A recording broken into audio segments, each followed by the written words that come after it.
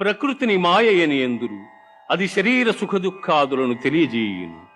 క్షేత్రజ్ఞుడు ఆ సుఖదుఖములను అనుభవించుతుండును. సమం సర్వేషు భూతేషు తిష్టంతం పరమేశ్వరం వినశ్యస్త్వ వినశ్యంతం యః పశ్యతి స పశ్యతి.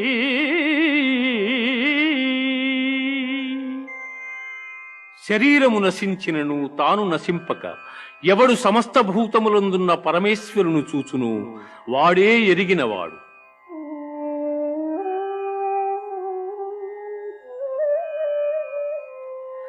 అనాదిత్వాన్ నిర్గుణత్వా పరమాత్మాయమవ్యయః శరీరస్థోపి కౌంతే